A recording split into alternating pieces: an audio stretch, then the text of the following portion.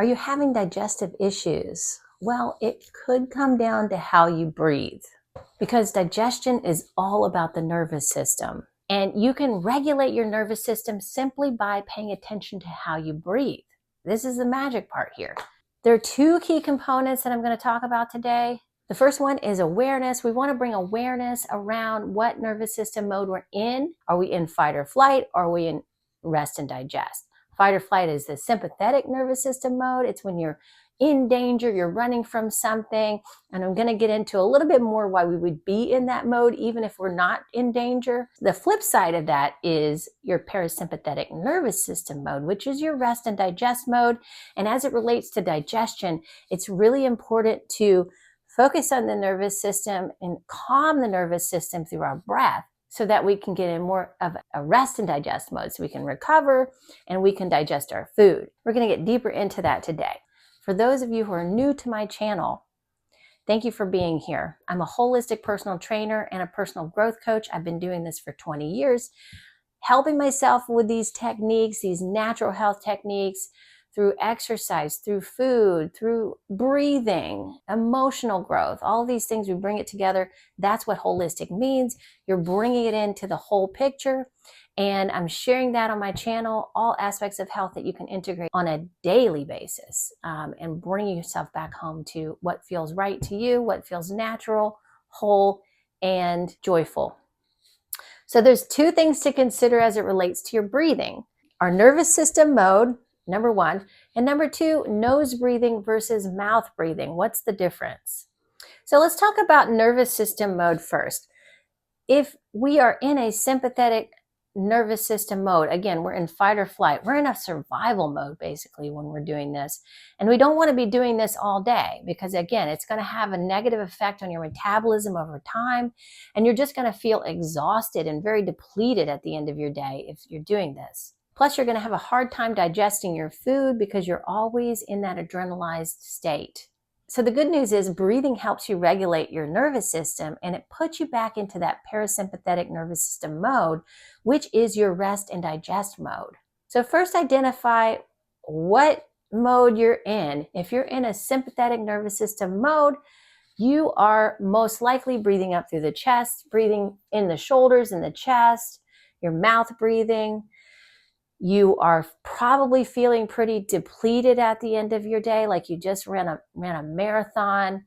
So that just means you're not getting enough oxygen into the tissues to replenish your body after your day. So the sympathetic nervous system mode is really what we go into when we're in a heightened state of awareness or focus on one thing. So that's a lot of times how people in the medical industry or in the corporate world will be in that mode because they're really hyper focused on something. It could be just like you sitting at the computer could be that. You could be mouth breathing and really focusing on something and not really paying attention to how you're breathing. Or because that's another way of just being kind of out of your body and into more of a virtual reality. So we're not actually embodied when we're on the computer most days. So just remember, the main objective of the sympathetic nervous system mode is to get you out of danger. And if you're not truly in danger, then you can be in a parasympathetic nervous system mode, a rest and digest mode. It's really going to be the best thing for your health.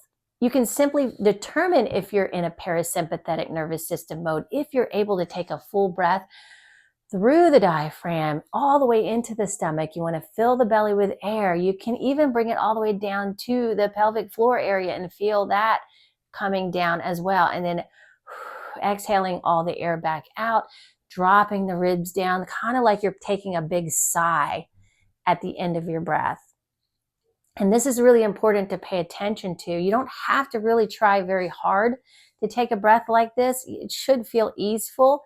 Now, if it's hard for you, or if you're like me and it felt like at one point you were trying to breathe through a straw because everything was so tight up here, then I'll have another video that was just going to show you all of the mobility exercises that I help my clients with when they're having trouble accessing those areas and expanding them in order to breathe a full breath. Now, if we're consuming crappy food, or if we are also suppressing our emotions, or if we have trauma stored in the body, then we are in a fight or flight mode too. So consider those things as well. And just by simply breathing properly, that can help you process your life even more as you go through your day. And I know this sounds simple, but it really is, because we have all this already, this really amazing technology built into our body to handle our environment.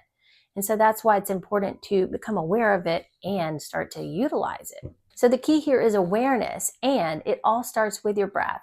How are you breathing throughout your day? We're going to get into nose breathing now. So start paying attention to how much you're nose breathing throughout the day as opposed to mouth breathing. Mouth breathing is going to expend more energy over time. It's going to put you in a more adrenalized state. It's also not going to be very efficient for your oxygen uptake. So if we want to increase our oxygen uptake, which is just basically the amount of oxygen that we're getting to the tissues, and the oxygen, it transports the nutrients to the tissues. So that's why it's important as well. So if we're getting more oxygen to the tissues and more nutrients to the tissues, then we're going to be able to recover better. We're going to be able to sleep better. And we're actually going to have a more calm disposition throughout the day. And it'll be easier for our body to get into a more relaxed state and feel safe. So if we're having problems with digestion, it probably means that we are more in a fight or flight mode, and we're breathing more shallowly, and we're probably breathing more through the mouth. Because simply your body feels like if it's not getting enough oxygen to the tissues, your body will feel like it's starting to die. So it will slow down your metabolism because it wants to conserve energy and keep you alive, basically. So that's why we call it survival mode, right? So if you can get back into rest and digest, that's going to send a signal to your body that you are okay, that you're safe, and that you are ready to receive the nutrients and the oxygen in the body. Nose breathing versus mouth breathing. Basically, the difference is you're just closing your mouth and you're breathing through your nose. And the practice is becoming aware of that throughout the day. So when do you notice that you're breathing through your mouth? Is it when you're sitting at the computer? Is it when you get into a stressful state during the day, through busyness, through showing up a certain way with people, talking without taking a full breath, rushing around, having emotional stress? Those kinds of things will all have an effect on how we breathe throughout the day as well. So really the practice here is just awareness. You're just paying attention to it. And when you notice it, you start nose breathing, you start bringing the breath into the belly, expanding the diaphragm. And that naturally, more over time that you can do that during the day, the better you're going to be also able to breathe during the night. Many people suffer from sleep apnea, and that's mainly because we're not breathing properly during the day. I first learned about nose breathing through Patrick McEwen's book, The Oxygen Advantage, and what he talked about was, he says that the majority of people are mouth breathers, and it's changing how our metabolism actually works. It's making it less efficient. And what I got from what he shared is that our metabolism will slow down when we're not getting enough oxygen to the tissues. This is called our oxygen uptake, and we want to increase that to become more efficient at exercise, to also get the nutrients to the tissues that needs to get there, as well as to be able to breathe better and to be able to be more relaxed in our body. The really cool thing about nose breathing also is that it helps you retain more CO2. Now, we tend to lose more CO2 or carbon dioxide when we're doing high endurance exercise or lots of cardio. People will mouth breathe because you're doing a higher exertion type of exercise. What you want to remember is to nose breathe as long as you can as you do your cardio workout. And then if you have to mouth breathe, switch over to mouth breathing. And then get back to nose breathing as soon as you can. This is a big thing that I see in sports. People are mouth breathing continuously because they're exerting themselves heavily, but they're never getting back to the nose breathing. And I practice this when I hike. If I'm going up a hill, I'll try to nose breathe as long as I possibly can until I really have to mouth breathe and have that full exertion. And then once I mouth breathe for a little bit, then I try to get back to the nose breathing as soon as I can. So generally speaking, you want to be able to nose breathe during rest, which is most of your day, and moderate work or exercise. If you're mouth breathing when you're at rest or you're doing moderate work or exercise, then you want to switch over to nose breathing during that time.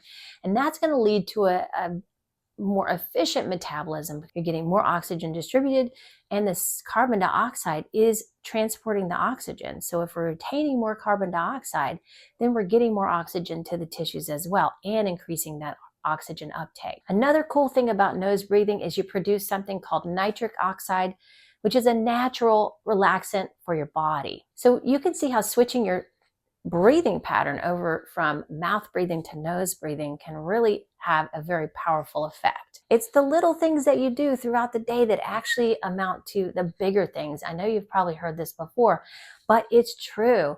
And this is what I usually teach my clients is you have to focus on the small things that build to the bigger things.